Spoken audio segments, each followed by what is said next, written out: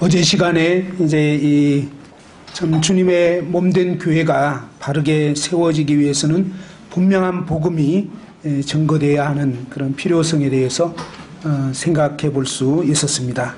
그리고 또 주님께서 그분의 피로 값주고 사신 교회가 하나님의 뜻 가운데서 온전하게 나아가기 위해서는 몸된 교회 가운데 세워진 인도자들인 형제님들이 깊이 하나가 되는 것이 무엇보다 가장 중요하다, 이 부분을 말씀을 드렸습니다. 그리고 이제 그 일을 위해서 온 성도님들이 함께 기도하며 또 순복하는 것이 참 아름답고 중요한 일임을 생각해 볼 수 있었습니다. 오늘 사도행전 11장 말씀을 잠깐 한번 같이 보시겠습니다.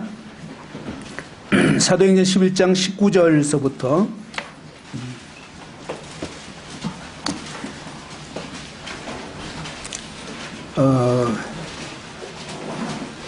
사도행전 11장 19절서부터 보겠습니다.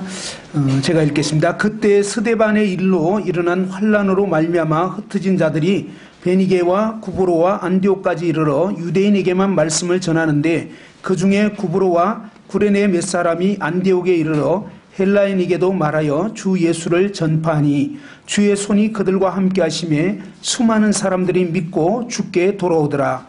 예루살렘 교회가 이 사람들의 소문을 듣고 바나바를 안디옥까지 보내니 그가 이르러 하나님의 은혜를 보고 기뻐하여 모든 사람에게 굳건한 마음으로 주와 함께 머물러 있으라 권하니. 24절 같이 읽겠습니다. 시작. 바나바는 착한 사람이요 공동과 믿음이 충만한 사람이라. 이에 큰 무리가 주께 가하여 듣더라. 바나바가 사울을 찾으러 다소에 가서 만남에 안디옥에 데리고 와서 둘이 교회에 1년간 모여있어 큰 무리를 가르쳤고, 제자들이 안디옥에서 비로소 그리스도인이라 일컬음을 받게 되었더라. 그때 선지자들이 예루살렘에서 안디옥에 이르니 그 중에 아가보라 하는 한 사람이 일어나 성령으로 말하되 천하에 큰 흉년이 들리라 하더니 글라우디오 때에 그렇게 되니라.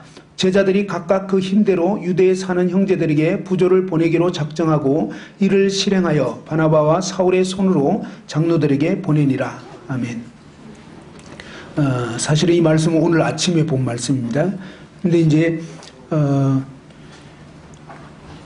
여기 말씀에 보면 주님께서 이 사도행전 그 1장에 이제 주님이 부활하신 후에 40일 동안 주님이 부활을 나타내시고 이제 세상을 이제 떠나시게 될 때, 마지막 그 제자들이 모였을 때 주께서 이스라엘 나라를 회복하심이 이때니까라고 그렇게 질문했을 때 주님께서 때와 시기는 아버지께서 자기 권한에 두셨으니 너희가 알 바 아니요.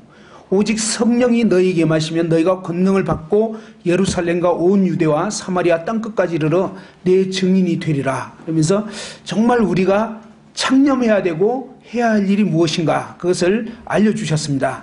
우리에게 이제 일반적으로 갖게 되는 관심은 정말 이때 당시에 이스라엘 나라가 회복될 것에 대해서 참 많은 관심을 가졌고요. 그런 질문을 했을 때 주님께서는 그것은 너희가 알 바 아니고 너희가 정말로 신경 써야 할 일이 있는데, 그것은 뭐냐면 성령이 임하시게 되면 권능을 받고 예루살렘과 온 유대와 사마리아와 땅끝까지 이르러 내 증인이 되리라, 이렇게 말씀을 해주셨는데, 우리는 생각할 때 이 성경 말씀이 딱 명료하게 제시가 됐으면 그 말씀대로 살 것이라고 착각을 하게 됩니다. 근데 너무너무 놀라운 사실은 주님이 이렇게 말씀하셨지만 놀랍게도 이 베드로 같은 사람조차도, 또 아니 사실 사도들이 별로 그 말씀이 들어가 있지 않은 것을 발견하게 됩니다. 그러니까 우리도 정말 우리는 성경을 알고 있겠지, 믿고 있는 거겠지, 그렇게 살고 있겠지라고 착각할 수가 있다는 것입니다. 성경은 그렇게 되어 있는데 실제 삶을 보면 그게 아닌 것을 볼 수 있는데, 사도행전 7장 후반에 가보면 이 스데반이 순교를 당하게 됩니다. 그리고 이제 8장에 들어가서 이 스데반이 죽게 되면서 이 예루살렘 교회 성도들이 흩어지게 되었습니다. 사실 흩어지기 전에 굉장히 이 예루살렘 교회는 좋았죠. 정말 거기에는 사랑이 넘쳤습니다. 자기 재물을 조금도 자기 것이라 여기지 않고요. 또 날마다 구원 얻는 역사들이 일어났습니다. 막 놀라운 그런 복음 증거의 역사, 그 다음에 놀라운 사랑이 넘치고 정말 너무너무 아름다운 그런 사랑의 공동체, 정말 그 교회의 아름다운 모습이 나타나게 됐을 때 우리의 이 육신적인 본능은 무엇입니까? 여기가 좋사오니. 그래서 마냥 여기에 있고 싶다. 이것이 이제 우리의 그 본능입니다. 근데 주님께서는 뭐라고 말씀했냐면 성령이 임하시면 권능을 받고 예루살렘과 온 유대와 사마리 땅끝까지 이르러 내 증인이 되어야 된다. 결국 하나님은 뭐예요? 온 세계에 흩어져서 계속적으로 이런 사랑의 공동체가 정말 주님의 이 몸된 교회가 온 세상 가운데 퍼져나가고 세워져야 할 것을 말씀하셨지만 이 스데반 순교 이후에 어떤 일이 있게 되냐면 사도 외에는 다 흩어졌다 그럽니다. 사도들은 직접적으로 들었잖아요. 그죠? 아니 사도들 아닌 사람은 오히려 못 들었을 수가 있습니다. 너희는 모든 족속으로 제자를 삼아 아버지와 아들과 성령 이름으로 세례를 주고 내가 너희 분반 모든 것을 가르쳐 지키게 하라고 하신 이 지상 명령을 어쩌면 그 사도들이나 초기 형제님들 외에는 직접 들었지를 못한 분들이 많았을 텐데 아이러니하게도 사도들 외에는 다 흩어졌고 흩어진 사람들이 가서 뭐 했느냐? 복음 전하게 됐다는 것입니다. 주님께서 참 어쩌면 좀 기다리셨던 것 같습니다. 이제는 좀 가야 할 때가 되지 않았는가 싶은데 영 갈 기미를 보이지 않게 되자 극약 처방을 내리신 것 같아요. 스데반이 순교를 당하는 것입니다. 인간적으로 생각하면 스데반 정말 끝내주는 분이었습니다. 마태복음 7장에, 그러니까 사도행전 7장에 보면 그 메시지가 정말 이렇게 그야말로 연대기였습니다. 그냥 이 성경의 역사를 그냥 쫙 훑어가면서 설교 원고가 없었을 것인데 그냥 기가 막힌 말씀을 전했고요. 야, 이 스데반 형제님이 살아 계셨으면 참 많은 일들을 하셨을 것 같은데, 근데 참 아깝게도 하나님께서 이 스데반 형제님이 순교하도록 그렇게 허락을 하셨습니다. 그 일로 인해서 정말 흩어지게 됐고 이 흩어진 사람들이 가는 곳곳마다 복음을 전하게 되고 그렇게 되는데 사도행전 11장에 와보면 어떤 일이 있게 되냐면요. 사도행전 10장에서 이 고넬료 집에 이제 하나님께서 복음 전할 수 있도록 이 고넬료에게 환상을 보게 하셨고 그 다음에 이제 또 베드로에게도 시몬 베드로를 청하라고 했고 근데 베드로도 이제 기도하다가 환상을 보게 됩니다. 근데 그 환상을 볼 때 어떻게 됐습니까?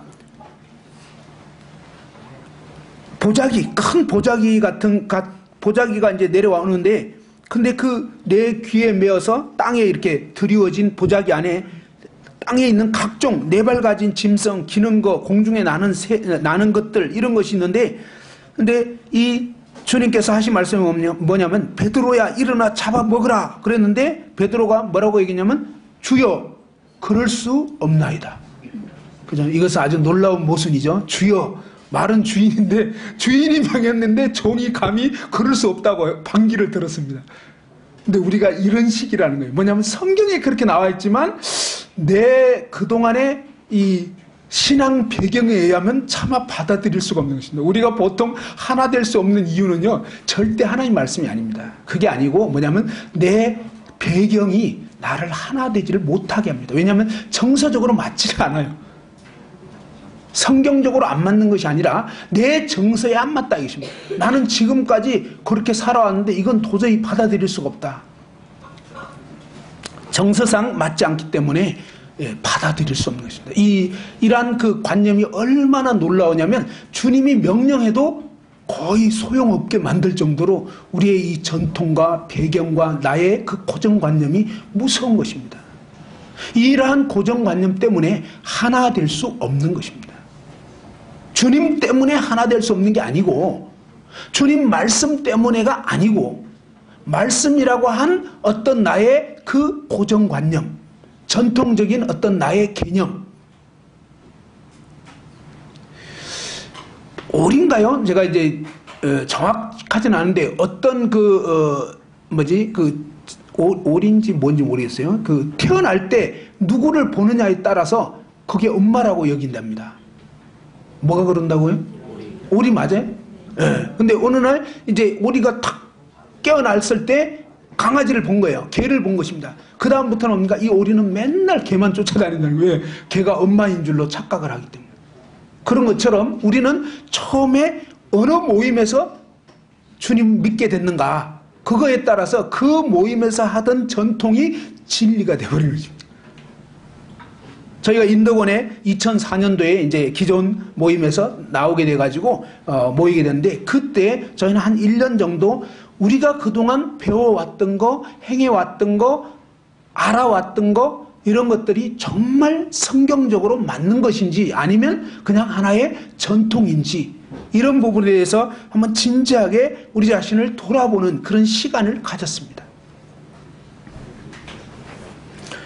그러면서 참 어떤 경우에서는 정말 성경이 말씀하고 있는 거라기보다는 그냥 우리가 기존에 해왔던 거기 때문에, 그죠?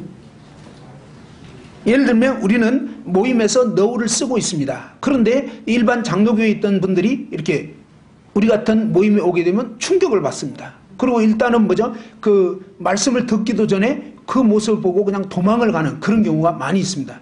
왜냐하면요, 그들은 익숙치가 않은 것입니다. 근데 네팔에 갔더니 네팔은 뭐냐면 그냥 일반 교회들도 다 너울을 쓴다는 거예요. 그런 나라가 있습니다. 그런 나라에서는 안 쓰는 게 이상한 거예요. 근데 어쨌든 뭐냐면 그 전통에 의해서 그 전통과 같지 않으면 그냥 이렇게 막 못 받아들이고 어려워하고 이렇게 되는데, 사실 성경이 뭘 말하는 것을 봐야 하는 것이죠. 어쨌든 이 성경 말씀이 정말로 우리의 삶의 중심이 되어야 되는데, 이 베드로나 유대인은 그 당시에 뭐예요? 이 율법적인 배경을 갖고 있었습니다. 그래서 이 구약적인 율법적인 배경 때문에 주님께서 이제 새롭게 정말 말씀하시는 것을 받아들이지를 못하는 것입니다. 속되고 깨끗하지 않은 것은 내가 결코 먹지 않았느냐. 이 태도가 얼마나 단호합니까? 절대 받아들일 수 없다. 왜? 이것은 진리의 문제니까. 많은 분들이 또 그렇게 얘기를 하더라고. 이건 진리의 문제라고. 그러면서 막 핏대로 올라가면서 막 진리 문제라고 생각하는데, 사실 그건 진리 문제가 아니고 이런 정서적인 문제인 것입니다. 원래 해왔던 건데 색다르게 이제 주님 말씀하시니까 아주 어려워진 것입니다. 뭐라고 했냐면, 하나님께서 깨끗하게 하신 것을 너가 속되다 하지 마라. 근데 이것은 뭐예요? 베드로뿐만 아니라 오늘 저와 여러분 모두에게도 해당될 수 있는 것입니다. 나는 내가 진리라고 믿고 있고 생각해왔던 이런 부분들이 정말 주님께서 뭐라고 하는지를 들어봐야 되는데, 들어봐도 이게 잘 받아들이지 않게 된다는 것입니다. 왜냐하면 내가 그동안 자라왔던 배경들, 내가 그동안 알아왔던 그 관념들, 그 전통들, 이런 것이 정말 이 하나님이 뭐라고 하는지를 잘 받아들이지 못하게 할 수도 있다는 것입니다. 그래서 일단 우리 자신을 내려놓는 것, 그리고 정말로 뭐예요? 베레아 사람들처럼 성경이 그러한가? 그래서 다시 정말 성경으로 돌아가야 하겠다는 것입니다. 그래서 저희는 이제 정말 그 1년에 걸쳐서 이전 교회에서 받았던 여러 가지 오순절적인 그런 영향도 있었습니다.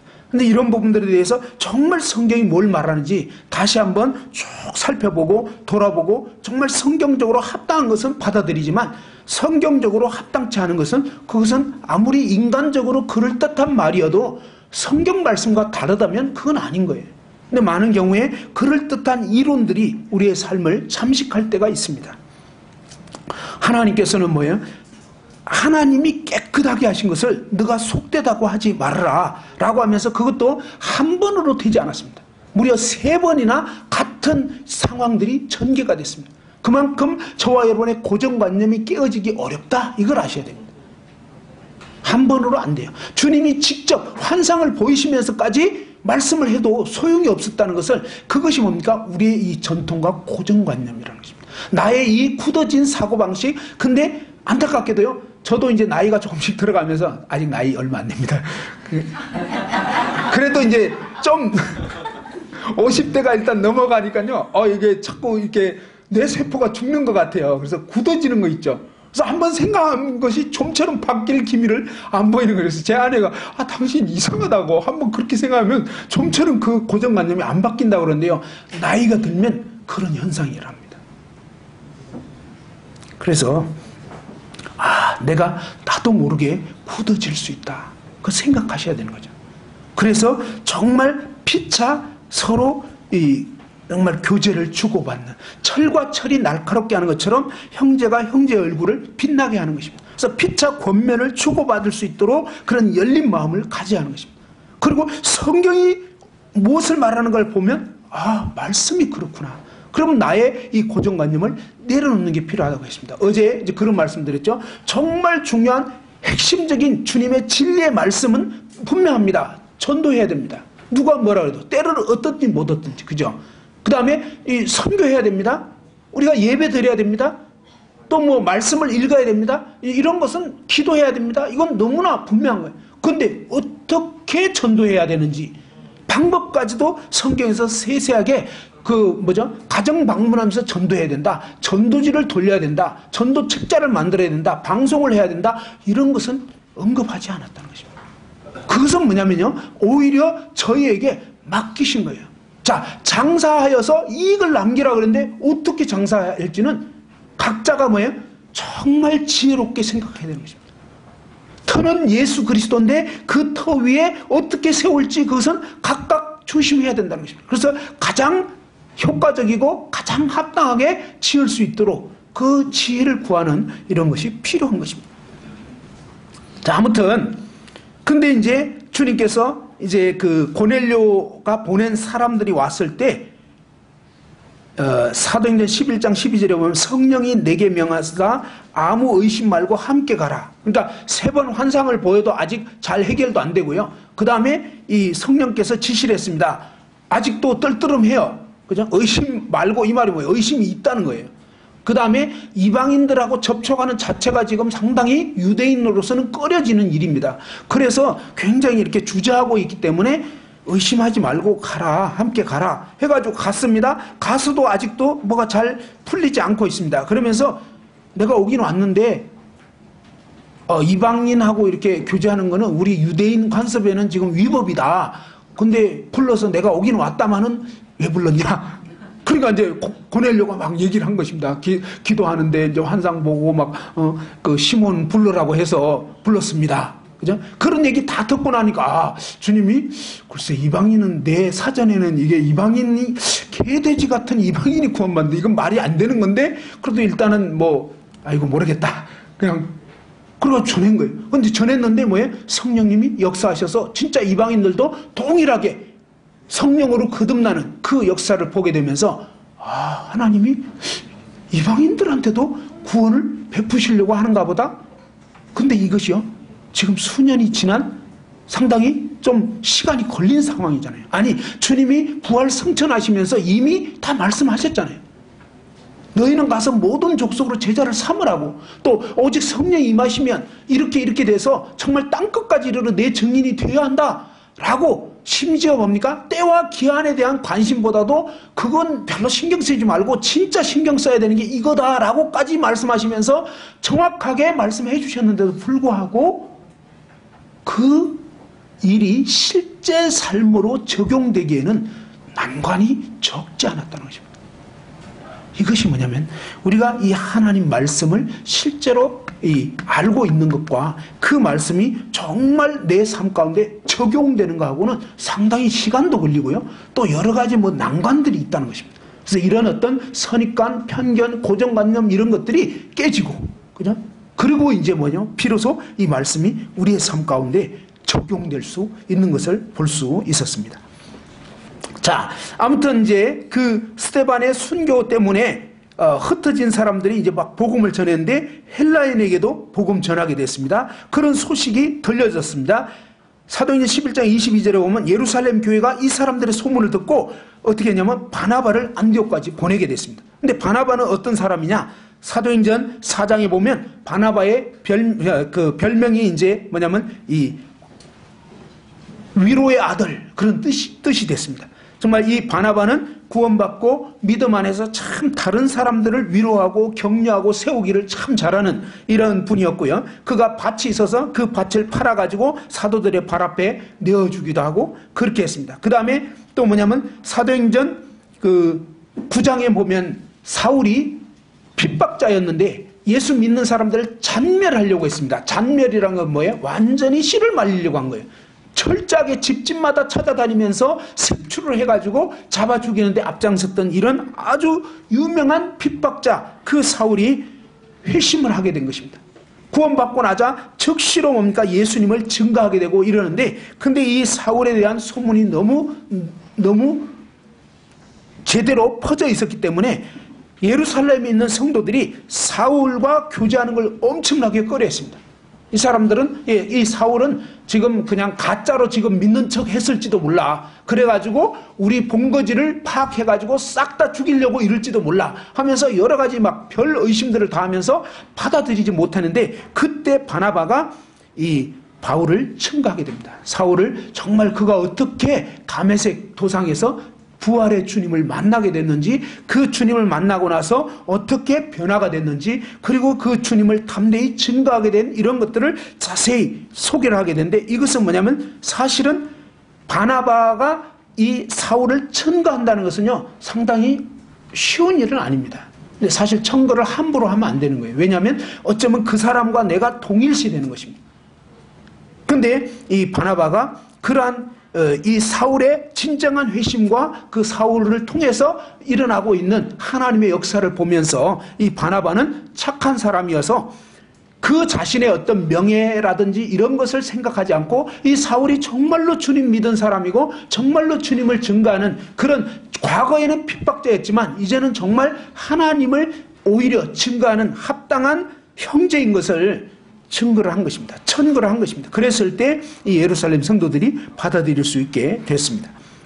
근데 거기서 이제 출입하면서 이 사울이 또 복음을 증거하게 되고 이러는데, 그 증거가 얼마나 강력했던지, 그냥 어쨌든 사울은 막 유대인들이 사울만 보면 죽이고 싶어 할 정도로, 그것은 뭐예요? 그의 증거가 너무너무 강력했다는 것입니다. 둘 중에 하나예요. 받아들이든 거부하든지.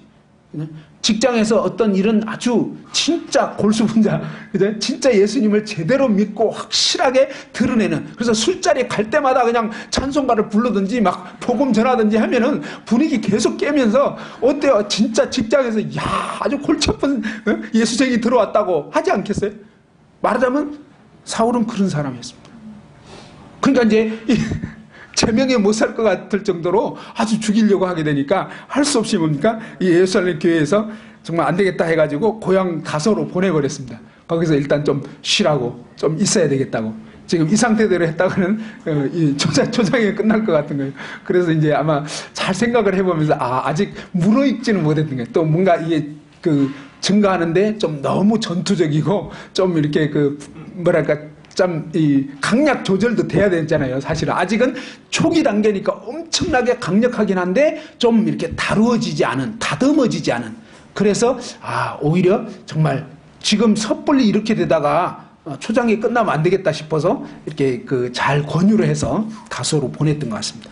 그 후에 이제 지금 이 사도행전 11장 후반에 가보면 이 안디옥 지역에 정말 많은 예수 믿는 사람들이 생겨난 거예요. 그래서 예루살렘 교회에서는 이들을 도와야 되겠는데 어떻게 하느냐. 우리가 이 초대교회를 보면요, 사실은 지역교회의 어떤 독립성도 있지만요, 그것만이 아니에요. 보면은 교회가 유기적으로 연결되어 있다는 것을 알 수가 있습니다. 우리가 성경을 성경대로 봐야 한다는 것입니다. 성경대로 보면요, 분명히 예루살렘 교회의 어떤 인도 방식이 좀 달라요. 그죠? 안디옥 교회의 방식이 좀 다릅니다. 분명히 달라요. 지역 교회가 각각 어떤 그 교회 가운데서 주님의 역사하시는 방식들이 다양한 것을 알 수가 있지만, 그런데 뭡니까? 너는 너, 나는 나. 이게 아니었다는 것입니다. 예루살렘 교회는 뭡니까? 동일한 믿음을 가진 그런 이방인 형제들이 생겨난 안디옥 지역의 소식을 듣고 나몰라라가 아니라 먼저 된 교회였기 때문에, 그 다음에 이 모체와 같은 교회였기 때문에 그 소식을 듣고 정말 저 필요를 위해서 어떻게 할까 고심하다가 바나바를 보내면 적격이겠다. 왜? 바나바는 위로의 아들이었기 때문에, 격려를 할 것이기 때문에. 그러면서 이 바나바를 보냈습니다. 바나바가 갔죠. 가가지고 11장 23절에 보니까 그가 이르러, 한번 읽어보죠. 그가 11장, 사도행전 11장 23절 시작. 그가 이르러 하나님의 은혜를 보고 기뻐하여 모든 사람에게 기뻐하는 마음으로 주님의 이름을 전하니. 예. 여러분 생각할 때 어떻습니까? 여러분이 바나바라면, 자, 하나님의 은혜를 보고 기뻐하고 모든 사람에게 굳건한 마음으로 주와 함께 머물러 있으라. 우리에게는요, 육신이 있어서 어떠냐면, 내가 직접 복음 전해서 나를 통해서 구원의 역사가 일어나고 이러면 참 좋고요. 막 어떻게든지 얘기하고 싶은 입이 건질건질한 그런 경향이 있습니다. 저부터도.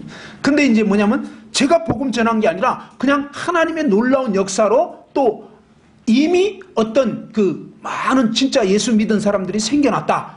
근데 거기 가면요, 그야말로 거기 가서 그 모습을 보고 정말 나를 통해서가 아니라 다른 형제님들을 통해서 하나님의 역사가 일어났을 때 그것을 정말로 사심 없이 기뻐할 수 있는 것, 이것이 주님 마음입니다. 근데 그건 쉬운 일이 아니라는 거예요. 특히 일꾼들의 입장에서 쉬운 일이 아닙니다. 근데 바나바는 그러한 모습을 보고 기뻐했습니다.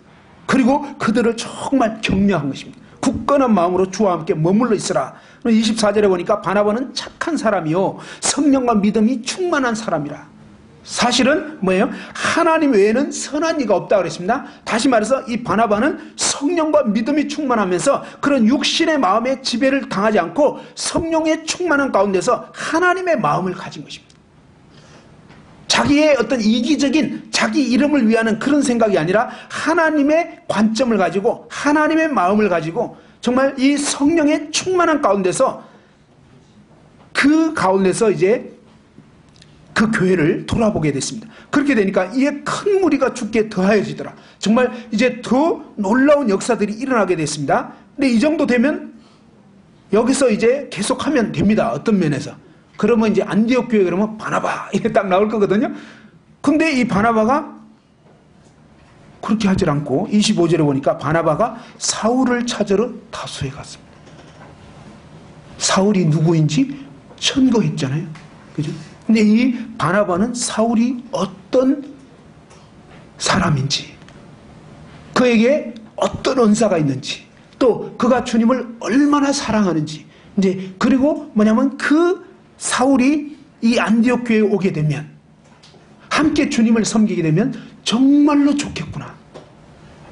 지금 영혼들이 더해지긴 했지만 이들을 돕고 세우기에 바나바가 자기 자신을 봤을 때 역량이 부족하다는 걸 느낀 거예요.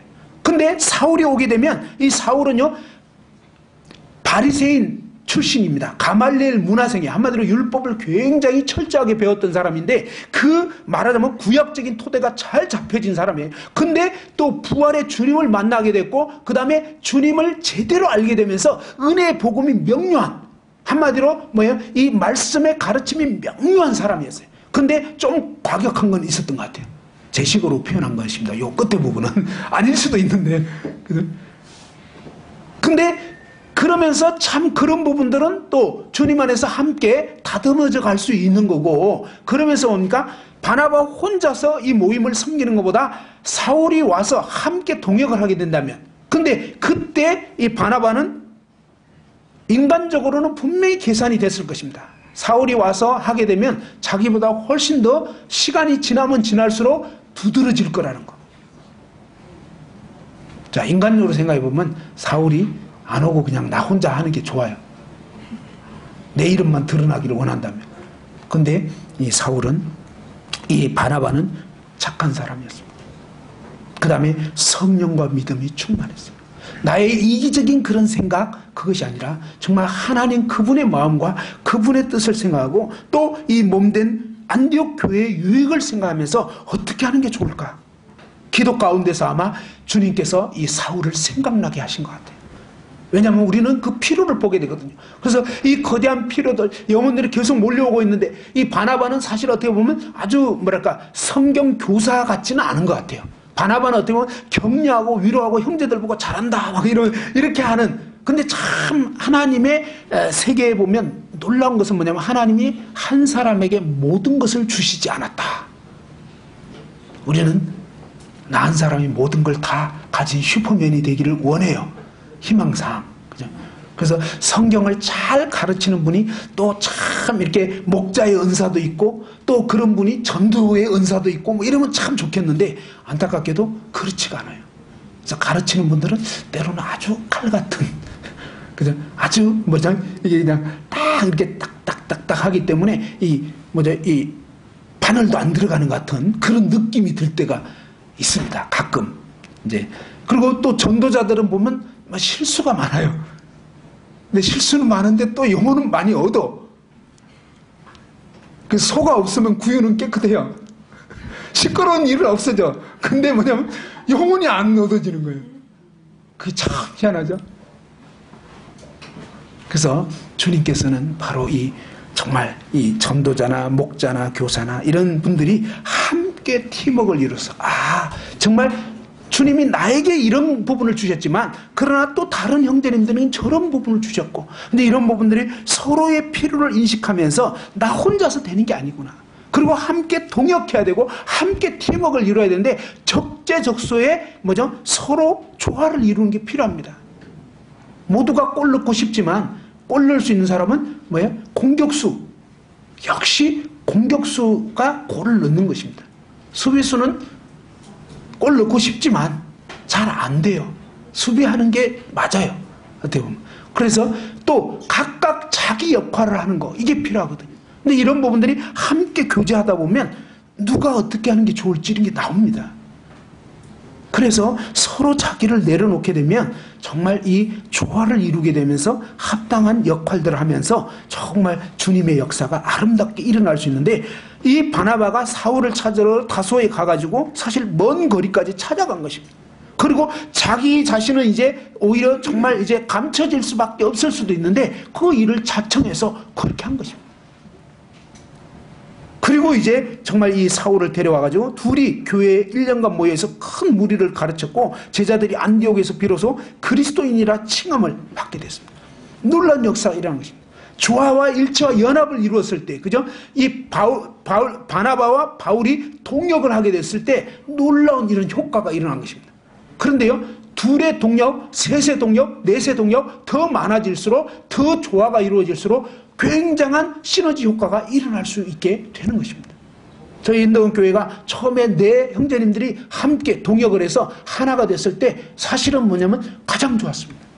그때는 은사도 다양했고요. 정말 독특했습니다. 근데 정말 깊이 하나를 이루어서 함께 하나가 됐을 때 어떤 일을 진행했습니다. 그러기 전까지는 진행하지 않았습니다. 그렇게 했을 때 참 좋더라고요.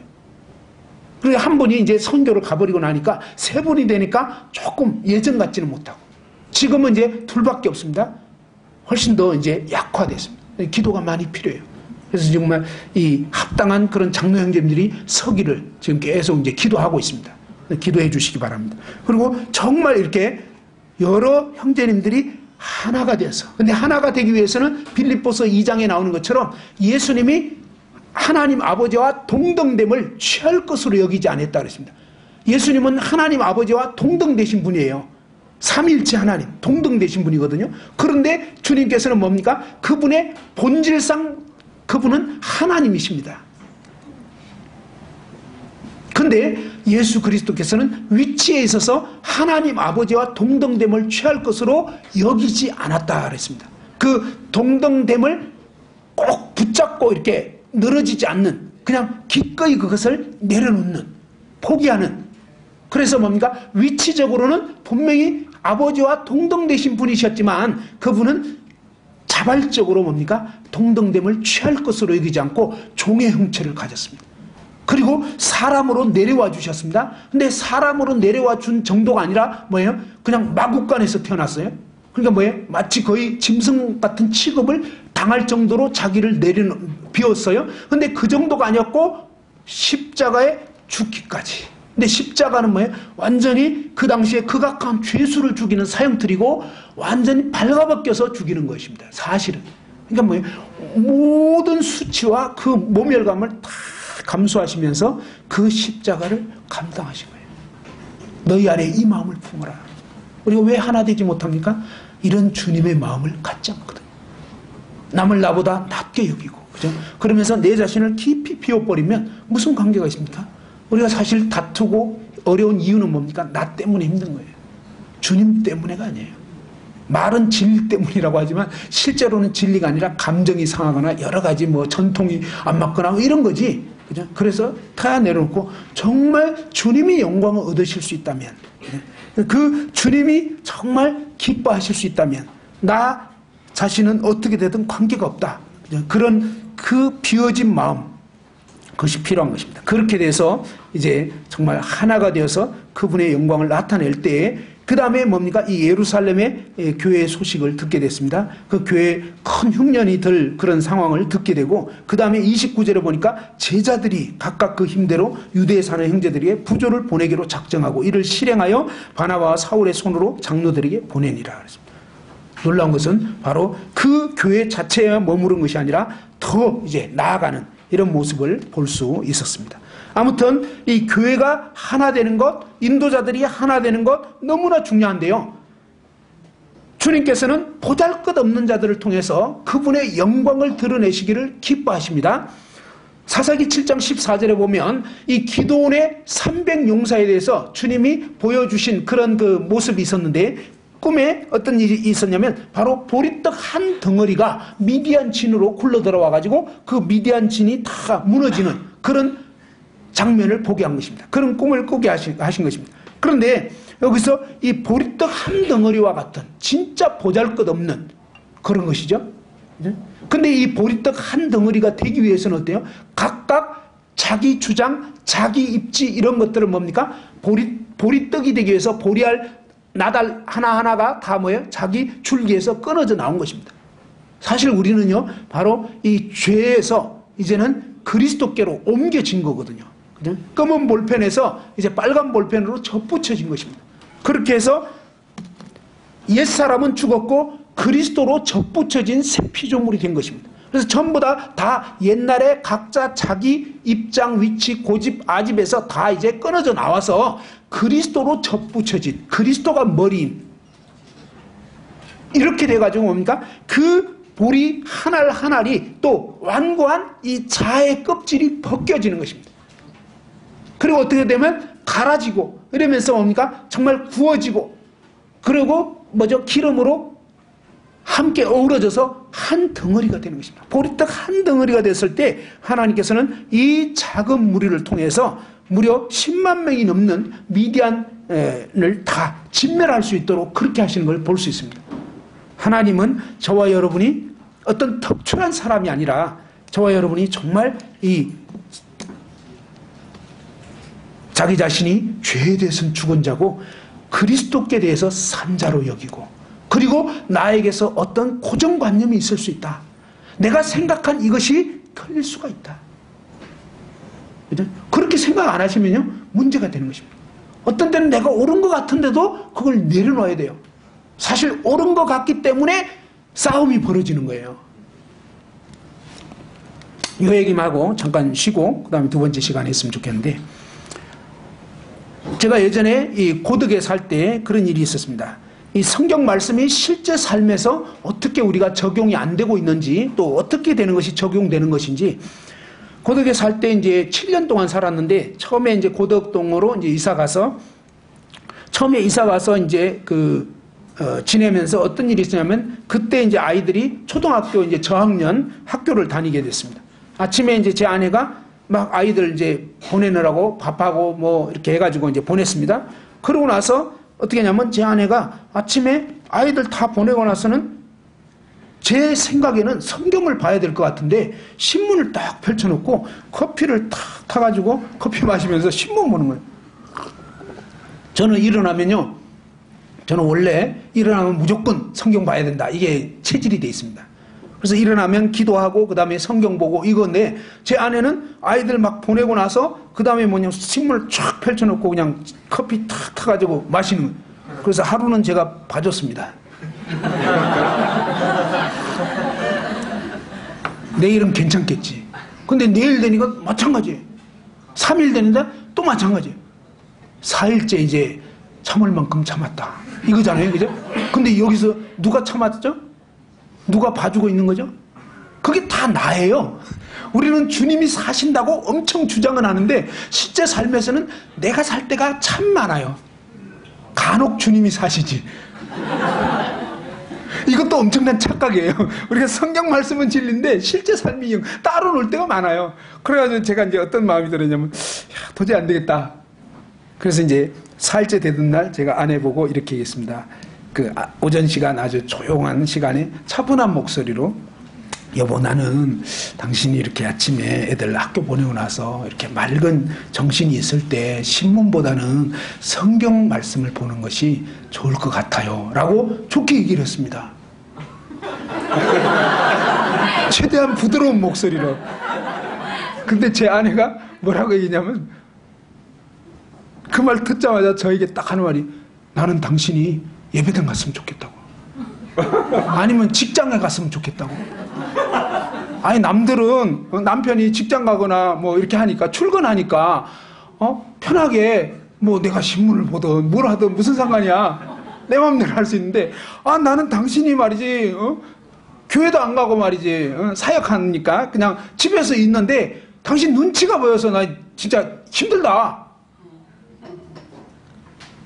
자, 여러분 생각할 때 아침에 이 아이들 보내고 신문보다는 성경 보는 게 좋겠다고 한 말이 합당한 것 같아요? 아니면 그냥 예배당 가버리라? 아니면 직장 가든지 그렇게 하는 게 좋겠다? 어느 게 맞는 것 같아요? 네? 그렇죠. 아니 누가 보더라도 이게 그러니까 옳은 것 때문에 싸운다니까 얘기했잖아요. 100번 지당하신 말씀. 내가 아무리 생각해도 이건 내가 맞는 거야. 그러니까 모임이 갈라지는 이유가 이래서 갈라지는 거예요. 자 봐봐요. 남편과 아내 사이가 왜 갈라지느냐? 이 옳은 것 때문에 갈라지는 거라니까. 나는 아무리 생각해도 내가 옳은 것 같아.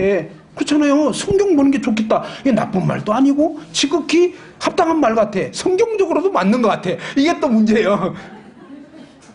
근데 제 아내의 이 이상한 반응에 대해서 제가 아주 혼란을 느꼈어요. 아니 왜 이런 상황이 벌어지지? 난 예상도 못한 반응을 겪으면서 아주 난감해진 거예요. 그래서 이제 어떻게 했냐면 그냥 대화를 이제 멈추고 이제 제 방으로 들어갔어요. 그래가지고 이제 주님 앞에 아니 주님 이거 어떻게 된 거죠? 분명히 아니 아침에 맑은 정신이 있을 때 성경 보는 게 100번 맞는 거 아닙니까? 그래서 제가 얘기를 했거든요. 그리고 제가 화내면서도 얘기한 게 아니고 차분하게 최대한 부드럽게 얘기를 했는데 근데 이런 식으로 반응이 나왔는데 이게 어떻게 된 겁니까? 주님이 네가 틀렸다. 예, 이게 참 놀라운 거예요. 베드로가 왜 그렇게 할 수 없다고요? 속되고 깨끗지 않은 것은 이날 이때까지 먹은 적이 없다. 그 의 때문에 그 자기 의 때문에 주여 걸을 수 없다. 이거거든요. 무슨 말인지 알겠어요? 나의 옳음 때문에 주님의 역사가 막아진다는 걸 아셔야 돼요. 놀라운 사실이죠? 다시 한번 나의 옳음을 주장하는 것 때문에 주님의 역사가 막아진다는 걸 알아야 돼요. 놀라운 사실이에요. 우리는 정말 이 옳고 그름 때문에 참 많이 투쟁을 하게 되는 것입니다. 근데 제가 주님께 나아갔을 때 주님은 너가 틀렸다라고 하는데 처음에는 이해가 되잖아요. 아니 제가 왜 틀렸어요? 그럼 왜 틀렸냐? 뭐가 틀렸냐? 뭐가 잘못됐냐? 마태복음 7장을 한번 보십시다.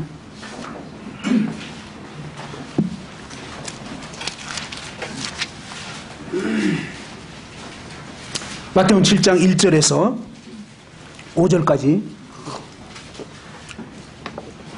1절에 보면 비판을 받지 아니하려거든 비판하지 말라. 너희가 비판하는 그 비판으로 너희가 비판을 받을 것이요 너희가 헤아리는 그 헤아림으로 너희가 헤아림을 받을 것이니라.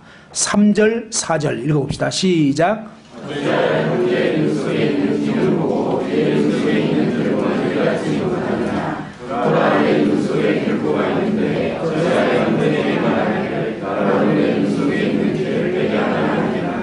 예, 5절에 보면 외식하는 자여 먼저 뭘 먼저라고요? 먼저 너의 눈 속에서 들보를 빼어라. 그 후에야 밝히 보고 형제의 눈 속에서 티를 빼리라.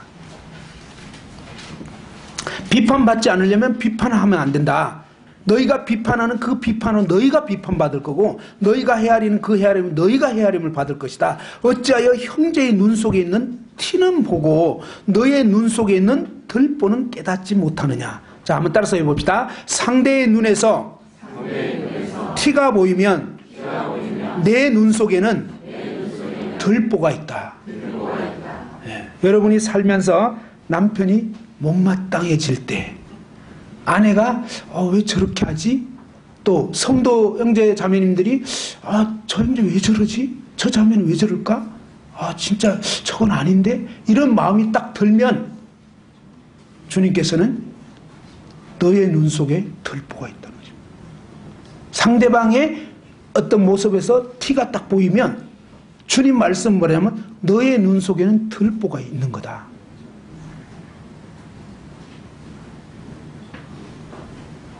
우리의 문제는 나 자신을 돌아보지 않고 상대방을 고치려고 하는데 문제가 있는 것입니다. 주님께서 저에게 비춰주신 것은 뭐냐면 저의 그 아내가 아침에 신문부터 보고 다 커피 마시고 그 모습이 별로 좋게 보이질 않는 거예요. 그리고 제 기준에 안 맞아 일단. 그죠? 제 기준은 뭐예요? 저는 일어날 때부터 일단 기도하고 성경 보고 왜? 제가 처음 신앙생활 할 때 그렇게 배웠거든요. 그래서 아까 얘기했잖아요. 이 전통은 확실하다고. 좋은 전통이 좋긴 좋아요, 사실은. 그렇지만 어쨌든 이것도 하나의 기준이 돼가지고 그 잣대로 사람들을 이렇게 판단하고 평가하게 돼 있더라고요. 그래서 나와 같지 않으면 힘들어하게 되는 것입니다. 자, 아내의 그 모습을 봤을 때 제 마음에 드는 생각은 아니 왜 저렇게 하지? 이런 평안하고 기쁜 마음? 사랑스러운 마음? 아니죠. 불편한 마음? 저건 아닌데? 그리고 뭔가 고치려고 하는 마음? 이런 것이 있는 거예요. 근데 주님께서는 그것이 바로 너의 덜보다 이것입니다. 제 마음에 벌써 사실은 조금 불편해. 그래서 사실 첫날은 일단 넘어갔다고 했잖아요. 둘째 날, 셋째 날 되면서 우리가 보통 언제 폭발하냐면 참다가 폭발한다 이거잖아요. 그죠? 그러니까 참다가 하는 것부터가 이미 주님이 아닌 내가 사는 거예요, 사실은. 네. 그래서 그 부분부터 일단 정리가 되는데 그럴 때는 주님께 안 나아가는 성향이 있더라고요. 언제 나가냐면 뭔가 터지고 나면 도대체 이게 왜 이렇게 된 거지 이런. 그 다음에 또 터지더라도 신경 안 쓰고 막 나가는 분들, 이제 이런 분들은 상당히 어렵죠. 이제 결혼 생활에 상당히 피곤해지는 것입니다. 그렇게 되면. 자, 근데 그렇게 해가지고 뭐냐면 주님 앞에 나갔을 때 주님이 네 마음에 불편한 마음, 그리고 정말 주님께 이제 제가 그런 얘기를 했습니다. 아니, 아침에 그래도 신문보다는 성경을 봐야 되는 거 아닙니까? 라고 이제 주님께 얘기했을 때 주님이, 야, 네 아내가 신문을 보든 성경을 보든 그것이 너하고 무슨 관계가 있냐? 너만 나를 따르라. 그죠? 한번 따르시다. 나만 잘하자. 나만 잘하자. 네, 주님이 원하는 건 너만 똑바로 해. 그죠? 남이 어떻게 하든 그게 너하고 무슨 상관이냐는 거예요. 근데 우리는 꼭 상대방까지 주관하려고 해요. 그죠? 좀 상대방까지 어떻게 좀 잘해야 될 것 같은. 근데 주님은 일단 너부터 해결 받아라 이거예요. 그래서 너의 덜보를 제거하라는 거예요. 그래서 제 마음 가운데 처음에는 옳고 그름으로 생각했을 때는 도저히 이게 해결이 안 되는 거예요. 왜? 내가 100번 옳은데 왜 저 사람이 저러냐? 그죠? 우리가 이게 참 이해가 안 되는 거예요. 근데 주님께서는요, 너의 태도가 잘못됐다. 제가 주님 앞에 깊이 나아갔을 때 주님이 네 마음에 벌써 아내에 대해서 못마땅한 마음, 불편한 마음, 저거 안 되는데 참고 뭔가 견디고 막 이러고 있었지 않냐 이거예요. 그랬죠. 근데 주님이 그것이 바로 주님이 내 안에서 사시는 것이 아니라 네가 주인 돼서 사는 거라는 거예요. 그래서 주님 앞에 회개했습니다. 주님께 정말 자백했습니다. 주님, 예, 맞습니다. 주님이 원하시는 것은 뭐냐면 외식하는 자여 먼저 너의 눈 속에서 덜보를 빼라. 그러니까 네 마음의 형제에 대해서, 아내에 대해서, 자매에 대해서 못마땅한 마음, 불편한 마음, 좋지 않은 마음, 이거부터 해결하라는 거예요. 그거부터 자백하라는 거예요. 네가 지금 주인 돼서 막 네가 주관하려고 하는 그거부터 해결하라는 거예요. 그래서 주님 앞에 회개하고 자백하고 그 다음에 다음날 오전 시간에 아내에게 얘기를 했습니다. 뭘 해야 되냐면 사과를 해야 되는 거예요. 그래서 아내에게 여보, 내가 어제 당신한테 그냥 이렇게 신문 보지 말고 성경부터 봤으면 좋겠다고 했을 때 당신이 나보고 예배당 갔으면 좋겠다고 그러고 막 이렇게 했을 때 내가 정말 참 이해가 안 되고 이랬다 사실은. 그리고 아니 내가 맞는 말을 한 것 같은데 당신이 그런 반응하니까 나는 사실은 좀 납득은 안 되고 했었는데 난감해가지고 주님께 나아갔더니 주님이 나보고 잘못했다고 했다. 그래가지고 이제 제가 주님 앞에서 깨우침 받은 거를 얘기를 하고, 여보, 어쨌든 당신한테 간섭해서 미안해요. 내가 당신 간섭해서 미안하다고, 불편하게 해서 미안하다고 이렇게 사과를 했습니다. 그러니까 이제 제 아내가 그 사과를 받고서 또 다른 얘기를 좀 하더라고요. 뭐냐면 그동안 눈치 보였던 일이 또 있었더라고요. 그 얘기까지 듣고 나니까 더 할 말이 없어지더라고요. 아무튼 이제 그렇게 해서 상황이 지나가게 됐는데, 하나님이 원하시는 것은요, 물론 나중에 제 아내가 자신이 잘했다 그 얘기는 아니에요. 나중에 사실 나도 잘못했어요 하면서 이제 그냥 뭐 이렇게 신문부터 보고 이런 게 합당한 건 아닌데, 이제 자기 얘기를 하더라고요. 무슨 얘기를 하냐면, 당신은 아침에 일어나서 할 거, 그러니까 뭐냐면 어떤 의무가 없지 않냐 이거예요. 그러니까 아침에 일어나서 기도하고 성경만 봐도 되지만 나는 애들 학교 보내야 되니까 아침에 일어나자마자 그냥 막 밥해야 되고 막 학용품 챙겨야 되고 막 이러는데, 나 혼자서 막 동분서주해가지고 다 보내고 나면 그때는 이제 정신이 하나도 없다. 그래서 제 아내의 핑계 같지만 어쨌든 제 아내의 사연을 들어보니까 정신이 멍하니까 그때 이제 신문 탁 펴놓고 그냥 커피 한 잔 탁 마시면서 뭔가 막 그냥 어지러웠던 거를 좀 가라앉히는. 그래서 뭐 신문을 자세히 보고 이게 아니라 그냥 대충 이렇게 떠들러 보고 이러면서 머리를 좀 식힌다는 거예요. 잘 이해는 안 돼요. 우리는 항상 나와 다른 사람에 대해서 알 수가 없습니다. 그 속을 어떻게 알겠습니까? 그렇지만 사연을 듣고 보니까 잘은 이해가 안 되지만 그럴 수도 있겠다 이런 생각이 드는 거예요. 우리가 상대방의 그러니까 사연을 듣기 전에 얘기를 하면 미련하여 욕을 당한다고, 우리는 사실 내 입장 아닌 거예요. 다 무덤에 가면 다 할 말 있대요. 공동묘지에 가보면 다 사연이 있다는 거예요. 근데 우리는 뭡니까? 상대방 입장을 들어보지도 않고 내 식으로 다 내 잣대와 내 기준으로 판단하는 거예요. 그죠? 아침에다 여보 빨리 지금 가야 돼, 오늘 주일인데 또 그랬을지도 몰라. 그럼 어때요? 남자들은 손가락 까딱 안 하면서 그냥 명령만 내리는 거예요. 그러면서 아내는 막 뒷정리해야 되지, 막 애들 챙겨야 되지. 참 그러시면 안 되지만 저도 참 많이 그랬던 것 같아요. 그래서 정말 그게 아니고 아내가 여러 가지를 해야 되니까 그러면 뭘 도와주면서 시간을 단축을 시키든지 해야 되는데, 그러진 않고 그냥 말만 하고 그러면 안 되는 거죠. 근데 상대방 얘기를 들어보면 조금은 이해할 수 있고 그 다음에 상대방을 배려하고 이렇게 돼야 한다는 것입니다. 10분간 휴식, 여러분을 배려를 해서